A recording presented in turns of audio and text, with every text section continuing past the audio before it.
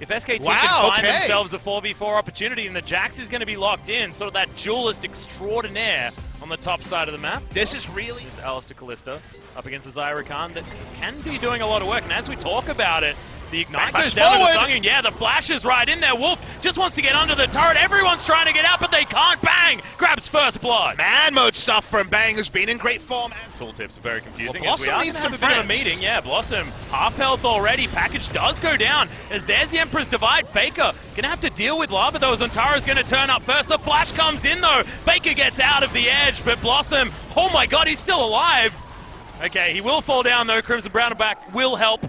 Faker will have to get himself out of there. Lava flashes out of the way, but Ontara just gets in. Leap strike, and that's going to be the Corki finished off. 1-2 now, as the exchange was 1-1. Linderon doesn't have backup either. First roam from SKT's bot lane. How is he going to get out of this? Doesn't even have teleport to channel. Misses the hook shot too. This could be a big problem. As Wolf is just strutting his stuff. Headbutt Pulv comes in. That's one auto attack, and Faker going to grab that kill onto the top laner as well. Things falling apart for ROX in the early game. No surprise there. He will be able to shift some sands to get his way out of here if he wants to, though. As Blossom gets the Impale down.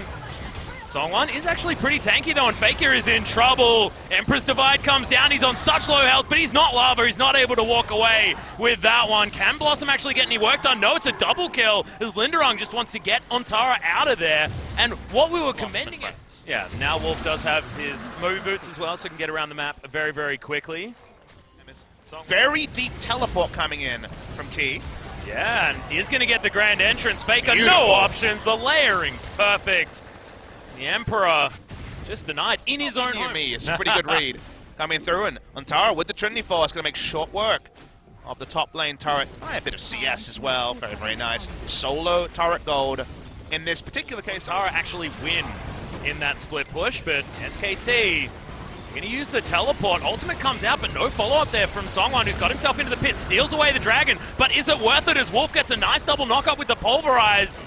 Just want to get out. No, just didn't flat out work, but this one might as they hop underneath the turret. That's going to be the first kill onto Songyun. And Bang out of turret range, picks up the double. Impale just to add insult to injury as Songwon is going to join his friends in the death chamber. Triple, no it's not, Ontara is going to pick up that kill. I would have sworn that Bang would pull out those sticks, but they want to make sure they've 2-0-2, a CS lead. Kleptomancy also buffing up. Still got 6 stacks. Well, that's a huge Impale, yeah. Blossom's going to be able to pick that one up. Lava explodes as Bang's going to pick up the kill. Now Songyun up in the air with the Featherstorm, but Wolf just so up close and personal. Blast Cone gets everyone out of there as Blossom picks up the kill. That's a beautiful pierce. Make that one a double for Bang. Off the back of it, SKT are not a team to be trifled with. And trifled too many times by ROX Tigers. And how did they do that? They pick up the 2-item power spike and the QSS onto Bang, and then pick exactly the fight that they were looking for. Turn it into a Baron. And the line works on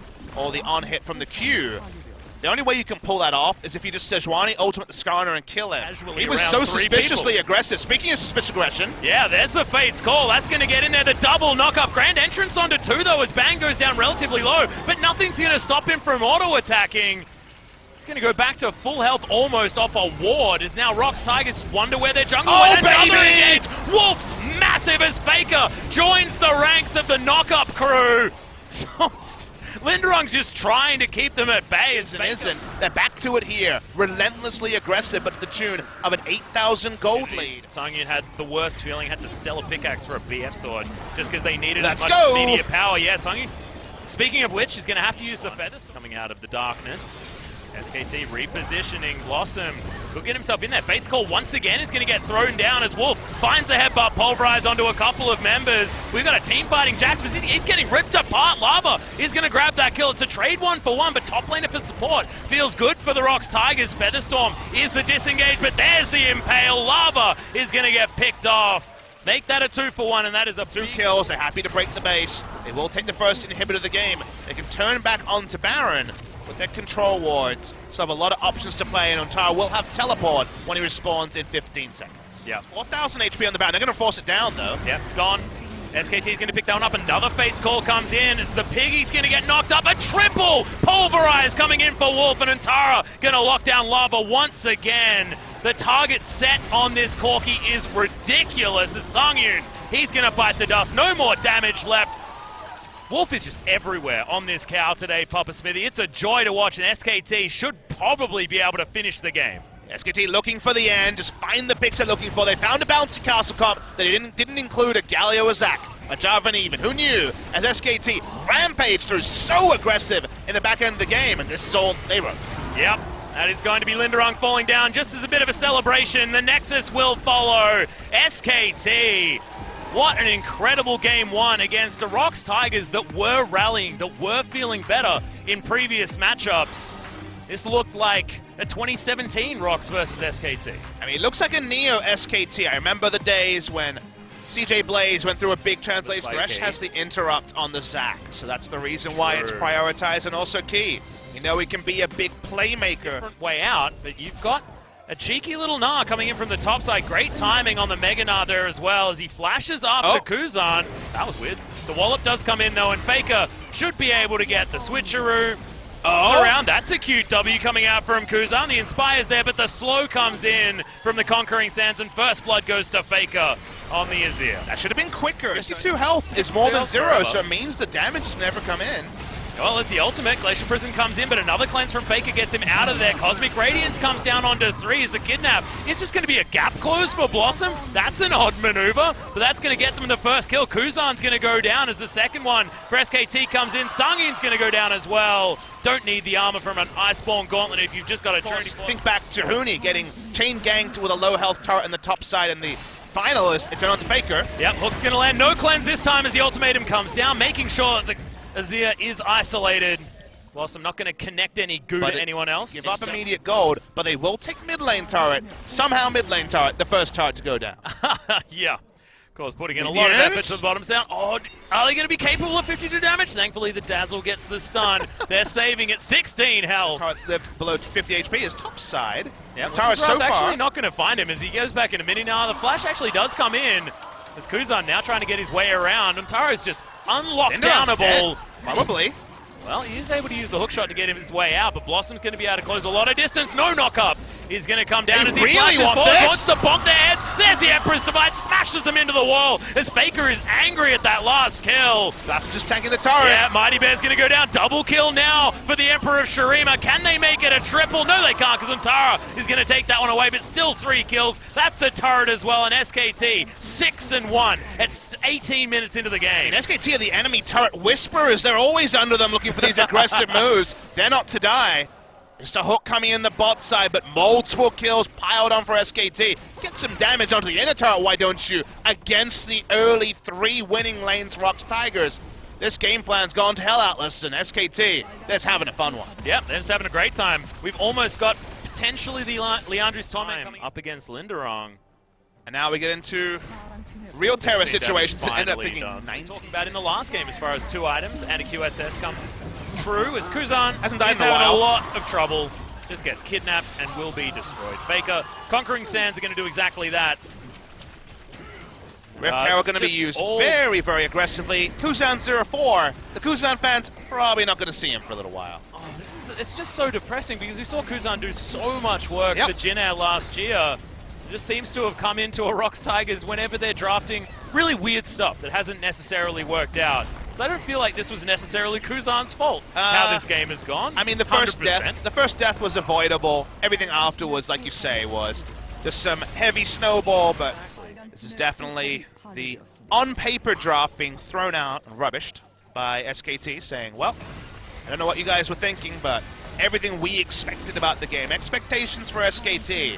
What a weird season where your expectations were higher than the team a bit more. But Ultimatum comes down. They're looking to try and grab this pick onto Antara, who turns Mega at the right time. Has to flash, and Linderong's going to be able to follow Boulder Toss.